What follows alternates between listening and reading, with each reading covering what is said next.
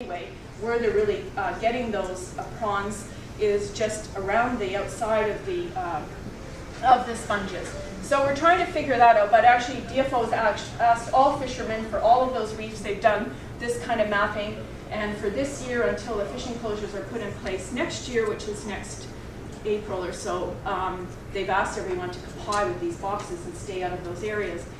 But the other challenge we have is for recreational fishermen. They, in particular, say that a lot of people go in here, they might be salmon fishing, and then they'll just throw a trap over and catch a few prawns. And they're saying that their fishermen don't have the capability to know whether they're in or out of the sponge reefs. And so then we got talking in our meeting, and this is how the whole thing came up with coming here to talk to you, is, you know, one of the commercial fishermen was saying, well, everyone's got one of these smartphones, you know, like surely there's a way to come up with an app that anyone out there, even if they're in a dinghy and they don't have other technology, could know whether they're in or out or over these reefs and could stay out of them. So, you know, that's what we're trying to figure out, is how do we make sure that these reefs, because there's so many recreational fishing people around the Strait of Georgia, everyone goes out. There's so many, I don't even know how many boats there are. So, and the fight is going to be now with those recreational fishermen.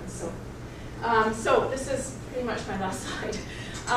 So some of the challenges. So they proposed a 200-meter buffer zone, partly because we don't actually know the exact extent of the boundaries of sponge reefs. We think we've got it, but they're not confident around them. So they want a 200-meter buffer to prevent fishing gear from getting too close, but also to address this lack of information. I already mentioned that the recreational fishing sector is really fighting back against these closures and against, because they don't think that they can comply with it. You know, one of the problems we also face, and this is not just around sponge reefs, but for getting marine protected areas, doing marine spatial planning, is around commercial fishing data, how that's made available or not. And one of the rules is that if there's only one fishing boat within a certain area, then they have to combine it with people in other areas, and then it's not very specific, and it's often not very helpful. And of course, you may have heard about all the cuts in Canada, and I'm sure it's happening here and other places too, but you know, like just making this happen to this point has taken 3 years. You know, where are the government budgets to do the research that we need? And the fishing industry is saying, well, you want us to not fish in these areas, and what are you going to do for monitoring and showing us that you can actually ensure that by us not fishing there, that you're actually protecting something?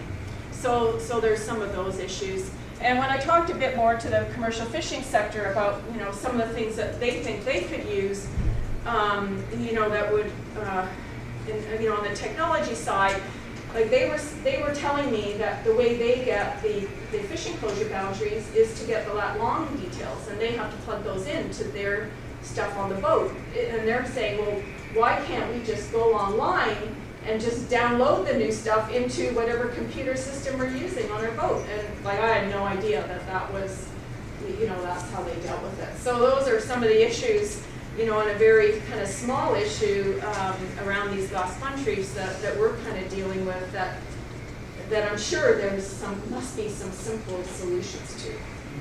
Anyway, yeah. So yes, I certainly heard lots of exciting things here over the last couple of days. So anyway, thank you very much. Maybe with a parting shot of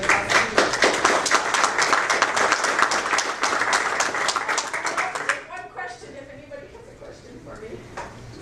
No? Good.